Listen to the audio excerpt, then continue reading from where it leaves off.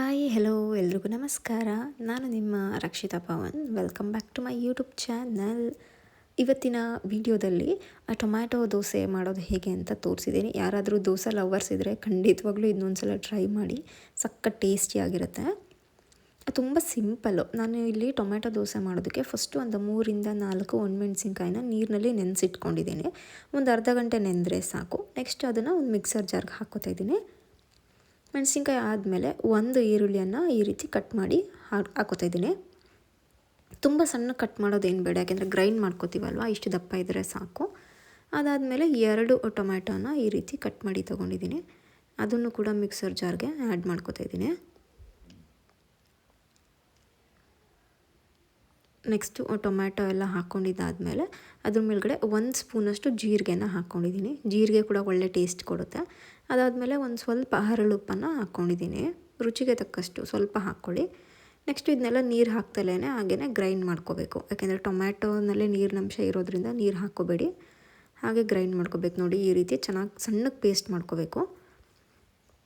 Next ನಾವು ರುಬ್ಬಿಟ್ಕೊಂಡಿರೋ ಟೊಮ್ಯಾಟೋನ ಇಲ್ಲಿ ಮುಂಚೆನೇ ರೆಡಿ ಇರೋ ಬ್ಯಾಟರ್ಗೆ ಹಾಕ್ಕೋತಾ ಇದ್ದೀನಿ ದೋಸೆ ಹಿಟ್ಟಿಗೆ. ನಾವು ರೆಗ್ಯುಲರಾಗಿ ಮನೇಲಿ ದೋಸೆ ಮಾಡೋದಕ್ಕೆ ಅಂತ ರೆಡಿ ಮಾಡ್ಕೊಂಡಿರ್ತೀವಲ್ವ, ಅದೇ ಹಿಟ್ಟಿಗೆ ಆ್ಯಡ್ ಮಾಡ್ಕೋತಾ ಇದ್ದೀನಿ. ಒಂದು ವೇಳೆ ನಿಮಗೆ ಮನೆಯಲ್ಲಿ ಆಲ್ರೆಡಿ ಮಾಡ್ಕೊಂಡಿರೋ ದೋಸೆ ಹಿಟ್ಟು ಇಲ್ಲ ಅಂತಂದರೆ ನೀವು ಗೋಧಿ ಹಿಟ್ಟನ್ನ ಕೂಡ ಯೂಸ್ ಮಾಡ್ಬೋದು. 1 ಕಪ್ ಗೋಧಿ ಹಿಟ್ಟಿಗೆ 2 ಸ್ಪೂನಷ್ಟು ರವೆ ಮತ್ತು 2 ಸ್ಪೂನಷ್ಟು ಅಕ್ಕಿ ಹಿಟ್ಟನ್ನ ಕೂಡ ಹಾಕಿ ಈ ರೀತಿ ಮಿಕ್ಸ್ ಮಾಡ್ಕೋಬೋದು. ಅದು ಕೂಡ ಚೆನ್ನಾಗಿರುತ್ತೆ ಟೇಸ್ಟು. ನೋಡಿ, ಇವಾಗ ಚೆನ್ನಾಗಿ ಮಿಕ್ಸ್ ಮಾಡ್ಕೊಂಡಿದ್ದೀನಿ. ಈ ರೀತಿ ಚೆನ್ನಾಗಿ ಮಿಕ್ಸ್ ಮಾಡ್ಕೊಂಡಿದ್ದಾದಮೇಲೆ ಮೇಲ್ಗಡೆ ಒಂದು ಸ್ವಲ್ಪ ಸಣ್ಣಕ್ಕೆ ಕಟ್ ಮಾಡಿರೋ ಕೊತ್ತಂಬರಿ ಸೊಪ್ಪನ್ನು ಕೂಡ ಹಾಕ್ಕೋತಾ ಇದ್ದೀನಿ. ಅದನ್ನು ಕೂಡ ಇನ್ನೊಂದು ಸಲ ಚೆನ್ನಾಗಿ ಮಿಕ್ಸ್ ಮಾಡ್ಕೋಬೇಕು.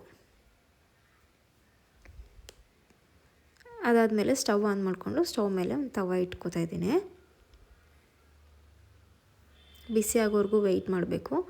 ನೋಡಿ, ಇವಾಗ ಹೆಂಚು ಚೆನ್ನಾಗಿ ಕಾಯ್ದಿದೆ.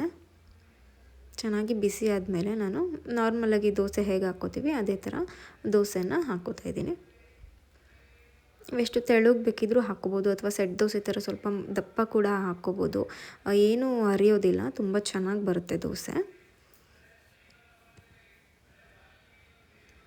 ಈ ರೀತಿ ದೋಸೆ ಹಾಕ್ಕೊಂಡಿದ್ದಾದಮೇಲೆ ಒಂದು ಸ್ವಲ್ಪ ದೋಸೆ ಬೆಂದಮೇಲೆ ನಾನಿಲ್ಲಿ ಮೇಲ್ಗಡೆ 1 ಸ್ಪೂನಷ್ಟು ತುಪ್ಪ ಹಾಕ್ಕೋತಾ ಇದ್ದೀನಿ.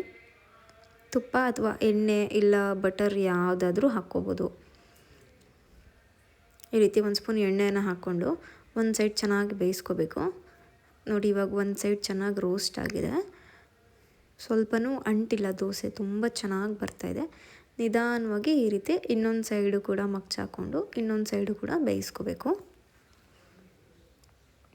ಈ ರೀತಿ 2 ಸೈಡು 1 ನಿಮಿಷ ಬೇಯಿಸ್ಕೋಬೇಕು.